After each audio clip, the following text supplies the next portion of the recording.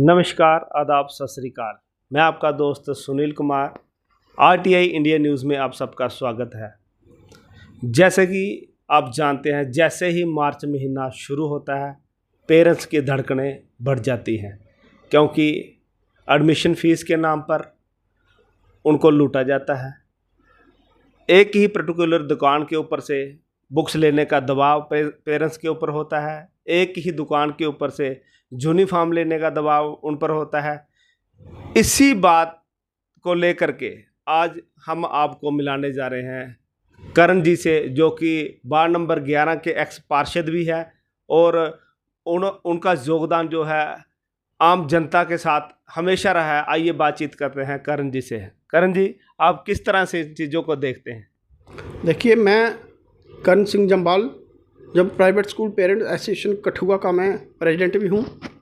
पिछले लगभग कोई 10 साल से हम लोग प्रोटेस्ट कर रहे हैं, चाहे वो प्राइवेट स्कूलों के अंदर रीएडमिशन के नाम पर, चाहे प्राइवेट स्कूलों के अंदर यूनिफॉर्म के नाम पर, जहाँ प्राइवेट स्कूलों के अंदर जो किताबों के नाम पर, जहाँ यूनिफॉर्म के नाम पर, जहाँ पेन पेंसिल कापियाँ वगैरह ये सारी चीज़ें खरीदने पर बच्चों को पार्टिकुलर एक दुकान पर, जहाँ पर नॉमिनेट किया कि एक ही दुकान पर, उसी दुकान पर आपने यूनिफॉर्म लेनी है, उसी दुकान से आपने स्कूल का सारा सामान खरीदना है।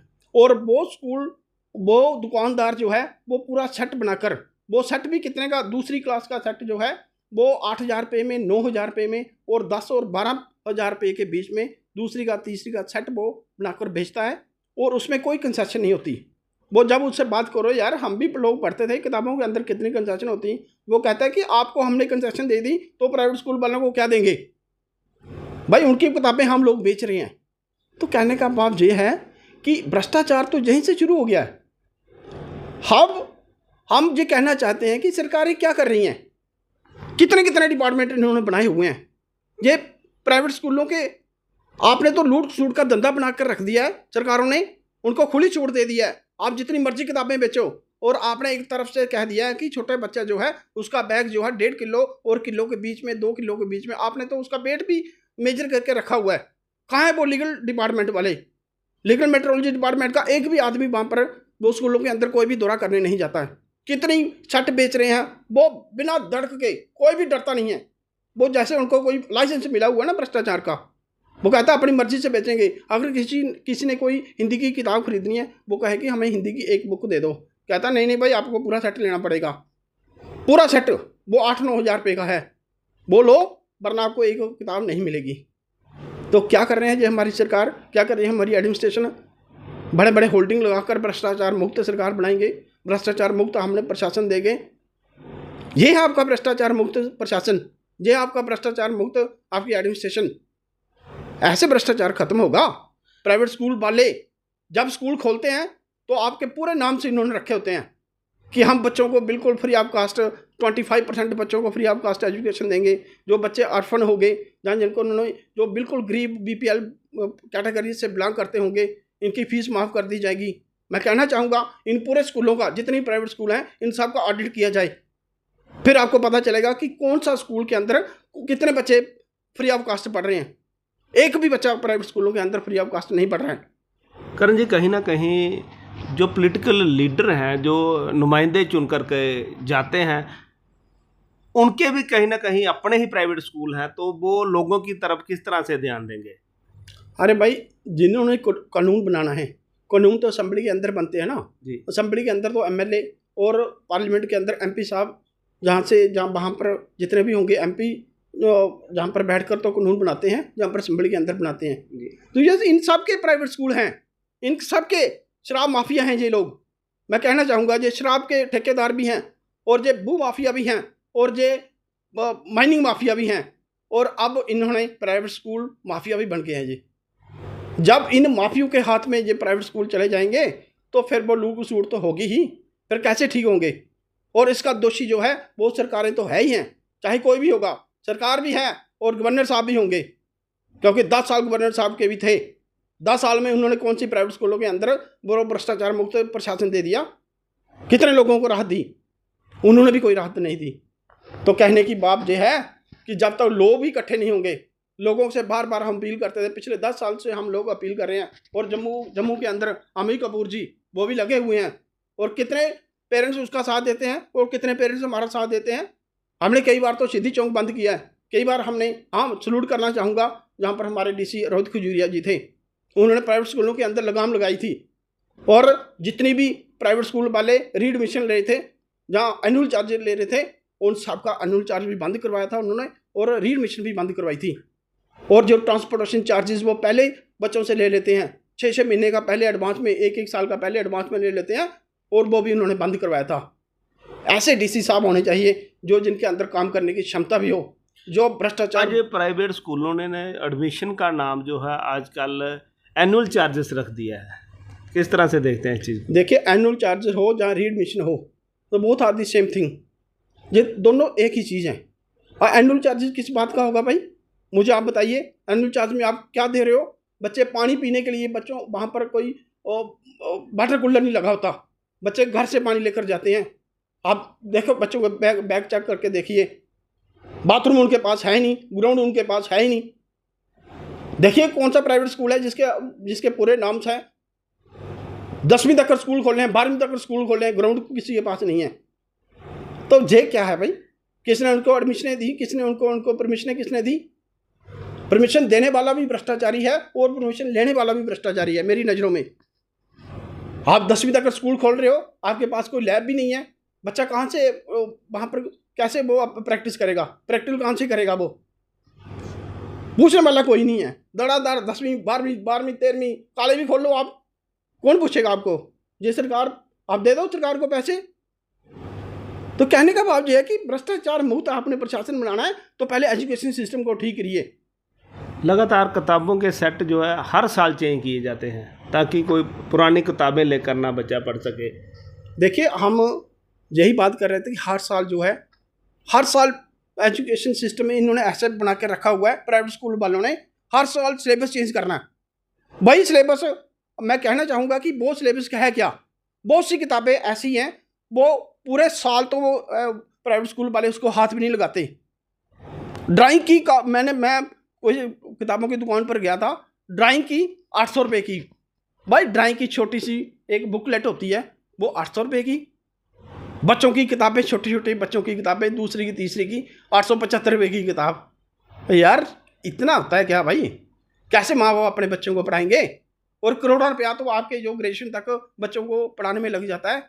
और मैं कहना चाहूँगा कि सरकार अगर लिख के दे दो सरकार कि आप ग्रेजुएशन करो, चाहे कैसे भी करो, करोड़ों रुपया भी खर्च कर दो, लेकिन नौकरी हम देंगे। लेकिन पढ़ लिख कर भी बच्चा बेरोजगार फिरेगा तो फिर माँ बाप कहाँ जाएंगे? कहने का मतलब ये है, पूरा सिस्टम ही आपके हिसाब से बिगड़ा बिल्कुल हुआ है। पूरा इस सिस्टम को सुधारने के लिए क्या चाहते हैं आप? सरकार किस तरह के कड़े कदम उठाए? देखिए, मेरी सरकार से यही एक हाथ जोड़कर विनती है कि अगर आप लोग वाकई ही कुछ करना चाहते हो, आप तो पहले प्राइवेट हॉस्पिटल बंद कीजिए। मैं कहना चाहूँगा प्राइवेट हॉस्पिटल बंद होने चाहिए, प्राइवेट स्कूल तो टोटली बंद होने चाहिए, क्योंकि एजुकेशन सिस्टम है जहाँ से बच्चों को ये मॉरल एजुकेशन मिलेगी, जहाँ से पढ़कर बच्चा भ्रष्टाचार मुक्त बनेगा। तो बच्चे को आप यहीं से ट्रेन करके जो भेजोगे, बच्चे को पता हो गई मेरे बाप ने कितने पैसे खर्च किए मेरे ऊपर, वो फिर क्यों टीचर को मानेगा? वो टीचर की तो परवाह नहीं करते। हमारे समय में टीचर के सामने हम बैठ नहीं सकते थे, आज आप आंखें फाड़ कर वो बच्चा टीचर के साथ बात करता है। क्यों? क्योंकि उसको पता मैं पैसे देकर पढ़ रहा हूँ भाई। तो कहने का मतलब इनकी अपनी सेल्फ रिस्पेक्ट भी इन्होंने अपनी ख़त्म कर दी है। तो सरकारों से मैं लास्ट में यही कहना चाहूँगा और लोगों से भी अपील करना चाहूँगा। सबसे पहले तो मैं सरकार से अपील करना चाहूँगा कि आपने जो है, जो जितने भी सरकारी कर्मचारी हैं, चाहे वो किसी भी पद पर बैठे होंगे, चाहे वो चपरासी से लेकर DC तक होंगे, उन सब के बच्चे जो हैं सरकारी स्कूलों के अंदर पढ़ने चाहिए। एक सरकार अगर बिल्कुल ठीक है, अब भ्रष्टाचार मुक्त प्रशासन देना चाहती है, तो सबसे पहले एक ऑर्डर निकाले। हमारे प्रधानमंत्री जी से भी मेरी रिक्वेस्ट है कि सर आप ऐसा ऑर्डर निकालिए कि एक ऑर्डर में जिसमें सारे सरकारी जितने भी एम्प्लॉय होंगे उनके सारे के सारे बच्चे जो हैं सरकारी स्कूलों के अंदर पढ़ने चाहिए। कैसे ठीक नहीं होगा एजुकेशन सिस्टम? दूसरी बात यह है कि जब भी कोई ऐसी बात होती है कि आपसे कोई एनुअल चार्जेस लेता है या आपको पर्टिकुलर एक दुकान पर फोर्स करता है कि उसी दुकान से आपने यूनिफॉर्म लेनी है, उसी दुकान से आपने किताबें लेनी हैं। तो जो लोग संघर्ष कर रहे हैं ना, तो पेरेंट्स को उनके साथ खड़े होना चाहिए। जो कहेगा कि मेरा फ़ोटो नहीं आना चाहिए, वो मैं पीछे रहूँगा, वो पर्दे के पीछे अगर सभी लोग होते तो आज देश आज़ाद नहीं होता। आज क्यों ज़रूरत पड़ी थी जो हमारे राजगुरु सुखदेव और भगत सिंह जी को कुर्बानी देने की? अगर वो भी पर्दे के पीछे बैठकर कहते कि देश आज़ाद हो जाएगा तो वो देश आज़ाद नहीं होता। इसलिए लोगों को भी मैं कहना चाहूँगा, आप लोग भी जहाँ जहाँ भी भ्रष्टाचार होता है, आप लोग सभी इकट्ठे हो जाइए। सबसे पहले मैं चलूँगा आपके साथ और इस भ्रष्टाचार लोगों की जड़ें उखाड़ कर फेंक देंगे हम। और सरकार से भी कहूँगा कि आपने फिर भी इस सत्ता में आना है, तो सत्ता में आने के लिए पहले लोगों का विश्वास जीतना पड़ेगा। और लोग इस समय बड़े दुखी हैं, हर तरफ से त्राही त्राही मची हुई है। और लास्ट में यही कहना चाहूँगा कि आप एजुकेशन सिस्टम को ठीक करो, और एजुकेशन तभी सिस्टम ठीक होगा जब सारे एम्प्लॉय के बच्चे जो हैं सरकारी स्कूलों के अंदर पढ़ेंगे, तभी हमारी जो। करण जी, आपको क्या लगता है जो नुमाइंदे लोगों ने चुनकर के भेजे हैं, क्या उनका ध्यान इस तरफ नहीं है कि लोगों की जेबों के ऊपर डाका डाला जा रहा है? क्या देखते हैं, किस तरह से उनकी सोच है? नहीं, मुझे लगता है कि जो नुमाइंदे जहाँ पर बैठे हुए असेंबली के अंदर भी होंगे, चाहे पार्लियामेंट के अंदर होंगे, पहले आप तो सरकार उनको देखो, उनके कितने प्राइवेट स्कूल हैं, उनके स्कूल उनके पास हैं, हाई सेकेंडरी उनके पास हैं, किसी के पास लॉ की डिग्री किसने लेकर रखी हुई है, लॉ कॉलेज खोला हुआ है, किसी ने यूनिवर्सिटियाँ खोली हुई हैं। तो ये कैसे ठीक करेंगे सिस्टम को? ये इनके खुद के इतने इंस्टीट्यूट चल रहे हैं एजुकेशन के, जहाँ से लगातार लोगों को लूटा जा रहा है, किसी एडमिशन के नाम पर, किसी एनुअल चार्जेस के नाम पर, ट्रांसपोर्टेशन के चार्ज पर। तो आने वाले समय के अंदर अगर लोग इसी तरह चुप रहेंगे तो एक जो प्राइवेट स्कूल वाले एक ये भी ऑर्डर निकालेंगे कि आपने पार्टिकुलर उस दुकान से, वो नाई की दुकान भी वही है, वहीं से बच्चों की कटिंग करवानी है, और किराने की दुकान भी इन्होंने फिक्स कर दी होगी, भाई आपने किराना भी यहीं से खरीदना है। अगर नहीं खरीदा तो आपके बच्चों को हम आगे नहीं बिठाएंगे। मैं लिख कर दे देता हूँ, आने वाले समय के अंदर ऐसा ही होगा। कहीं ना कहीं जो पेरेंट्स हैं डरे हुए रहते हैं कि जो स्कूल वाले कहीं उनके बच्चों के साथ कोई इस तरह की जिदबाजी ना करे, इसलिए लोग सामने नहीं आ पाते। देखिए, मैं आपके चैनल के माध्यम से उन पेरेंट्स को भी कहना चाहूँगा जो कहते हैं कि हमारे बच्चों का फ्यूचर बर्बाद हो जाएगा। हर किसी माई के बाप के अंदर इतनी दम नहीं है। मैं खून से लिख कर दे देता हूँ, आप हमारे साथ चलिए, और आपके बच्चे के ऊपर कोई आंच भी आएगी तो उसके जिम्मेदार हम होंगे। कोई आपके बच्चों को तंग करेगा स्कूल के अंदर तो उसका जिम्मेदार मैं खुद होऊंगा। कोई नहीं कर सकता, आपका कोई कुछ बिगाड़ नहीं सकता। आप लोग खुद चुप करके बैठोगे तो आपको इंसाफ कोई नहीं मिलेगा। फिर ऐसे सिस्टम चलेगा, फिर आप कभी किसी को नहीं कह सकते कि हमारा देश ठीक नहीं हो सकता। देश तभी ठीक होगा जब आप लोग पहले ठीक होंगे। क्या मैसेज रहेगा पेरेंट्स को, आपका क्या मैसेज? मेरी पेरेंट्स से हाथ जोड़कर विनती है कि हर साल आप लोग हमारे पास आते हो, लेकिन आप कहते हो कि हम पर्दे के पीछे ही रहना चाहते हैं, हम सामने नहीं आना चाहते। अगर सामने नहीं आए, जो डर गया तो समझो मर गया। जो पर्दे के पीछे कोई क्रांति नहीं आती, इसका कोई सोल्यूशन नहीं निकलेगा जब आप लोग रोड पर नहीं आओगे, जब आप हमारे साथ नहीं आओगे। तो मैं आपसे कहना चाहूँगा कि कोई आपका कोई इलाज नहीं हो सकता। कोई भ्रष्टाचार मुक्त प्रशासन कोई नहीं दे सकता। उनको क्या है भाई, उनके स्कूल चल रहे हैं, कॉलेज चल रहे हैं, यूनिवर्सिटियाँ चल रही हैं, उनका जो मर्जी करो, उनका दिल कर रहा है। उनको पता है कि बोलने वाला तो कोई है ही नहीं। तो इसलिए लोगों से मेरी लास्ट में यही अपील है कि आप लोग सभी इकट्ठे हो जाइए। आपके साथ मैं खड़ा हूँ। जम्मू के अंदर भी हमारी यूनियन बनी हुई है, दिल्ली के अंदर भी हमारी यूनियन बनी हुई है। आपके बच्चे के ऊपर कोई आंच भी आएगी तो उसके जिम्मेदार हम खुद होंगे, मैं खुद होऊंगा। और मैं आपको विश्वासन देता हूँ, आपके बच्चों का कोई बाल बांका नहीं कर सकता। जय हिंद, जय भारत।